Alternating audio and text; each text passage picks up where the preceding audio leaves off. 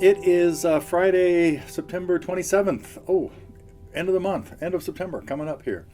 And boy, I have not been playing guitar very much, but I just got back to it a few minutes ago, and I started thinking about some of the things I've been talking about lately with students and camp-related things in particular.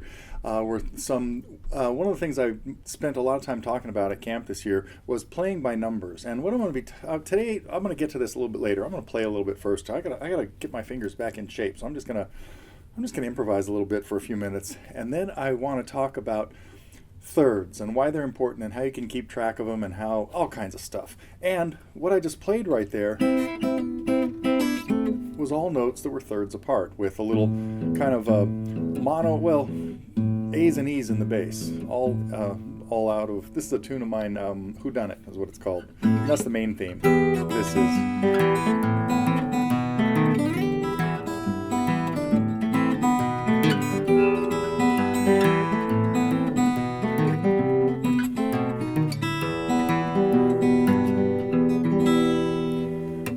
But let me just play for a little bit.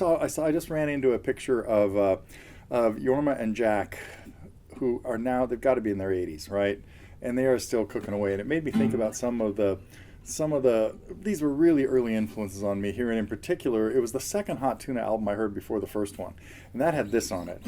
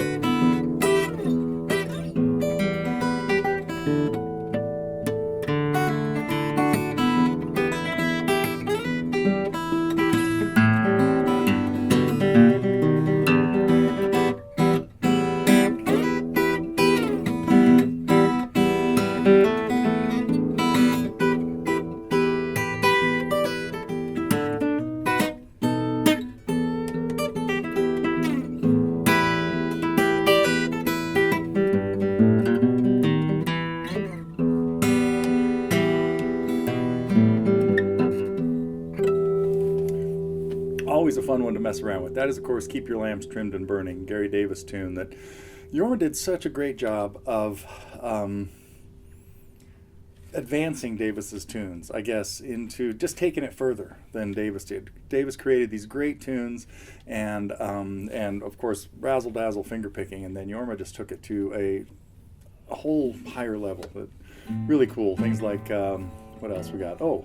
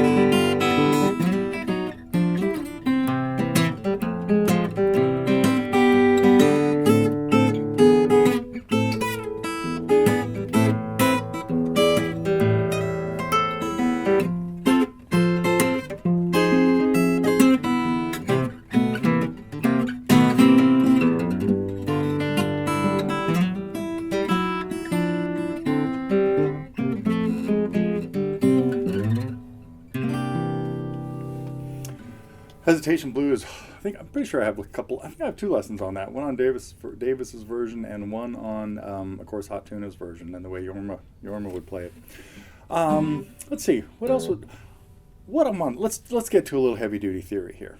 What I want to talk about today is thirds and how you can use them to remember chords in a key and why the chords in a key work out the way they do.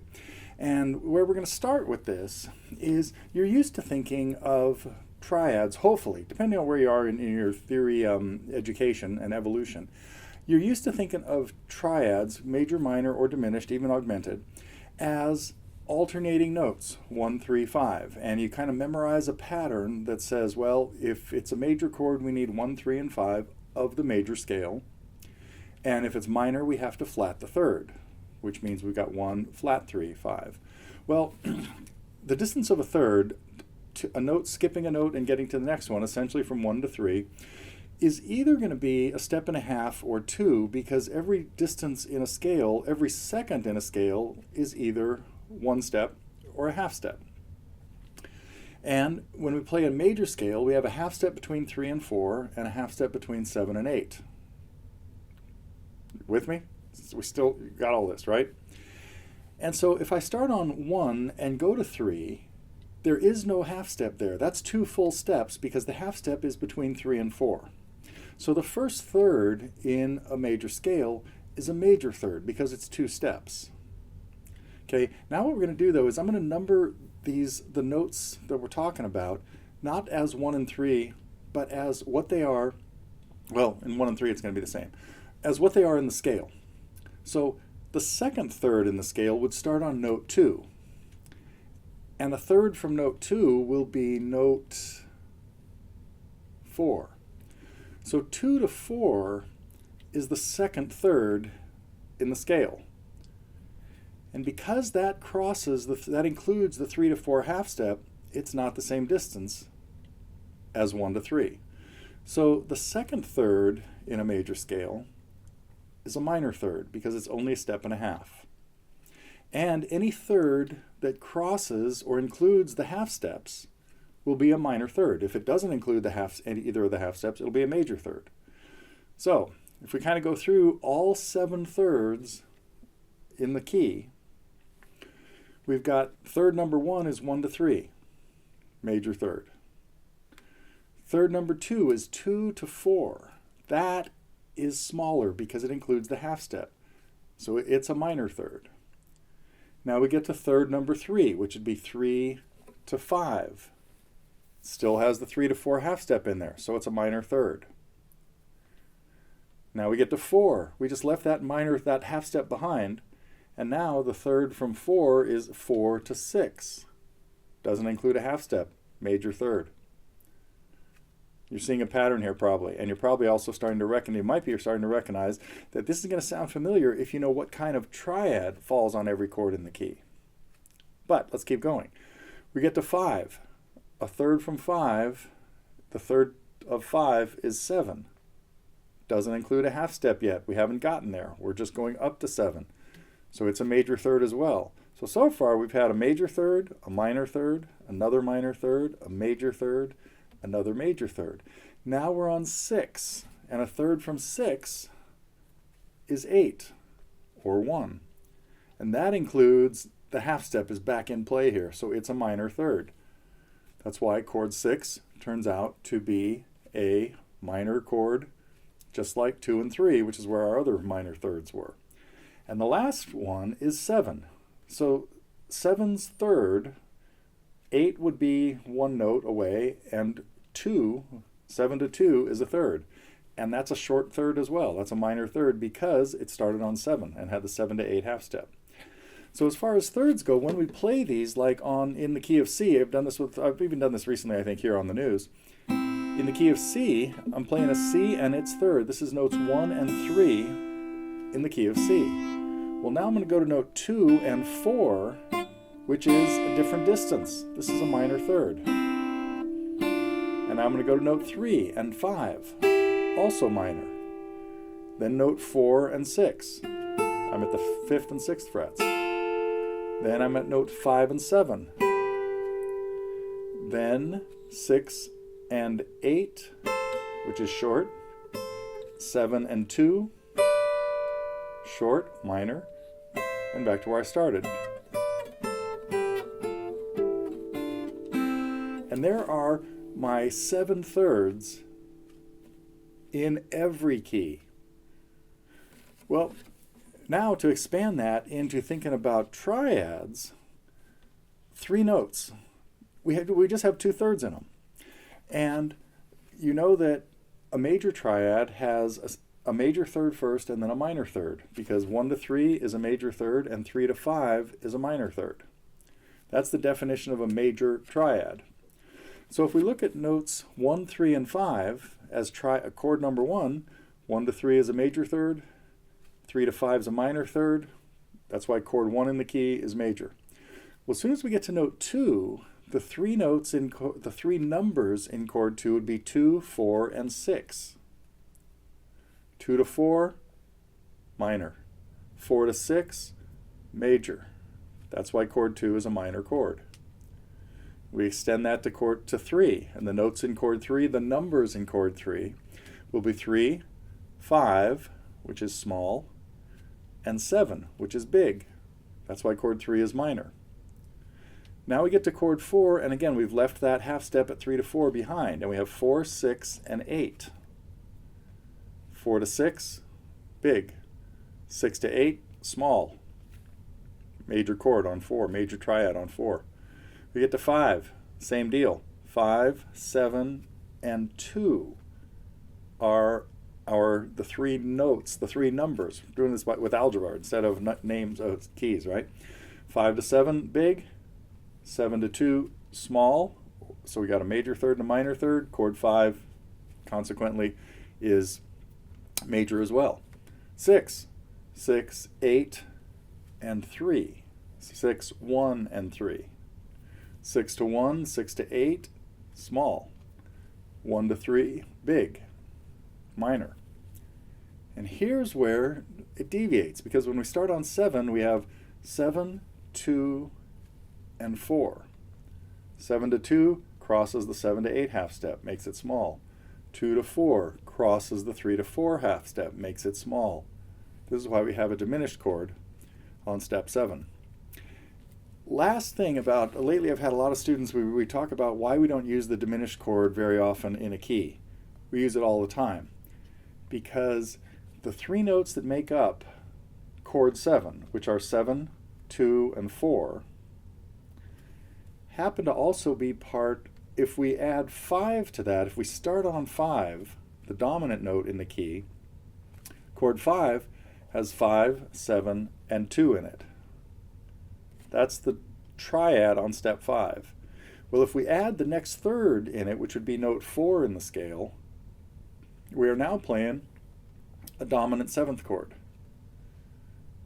The dominant 7th chord includes the diminished chord. All 3 notes of the diminished chord, they happen to be the 3rd, 5th, and 7th of chord 5. Okay. You might have to watch that a lot of times to get it all to stay with me. I mean, it's fairly abstract. This would have been better if I had some charts or boards or something. But I will, now I'm going to play something else. A song that came back to me, and I might revisit this next week, especially if there are some questions. But so it'd be great to see some conversation about this on the forum or the blog if anybody, or even just on the YouTube channel, if anybody wants to comment on it.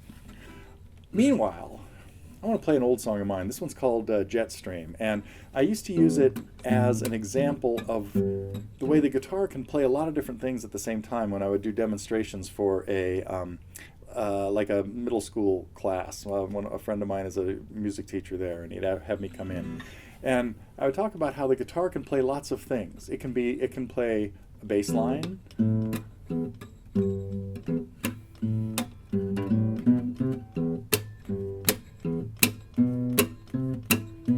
percussive,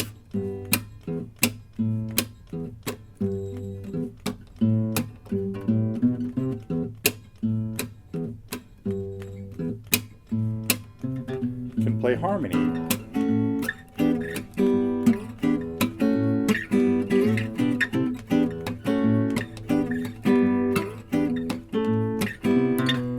indeed.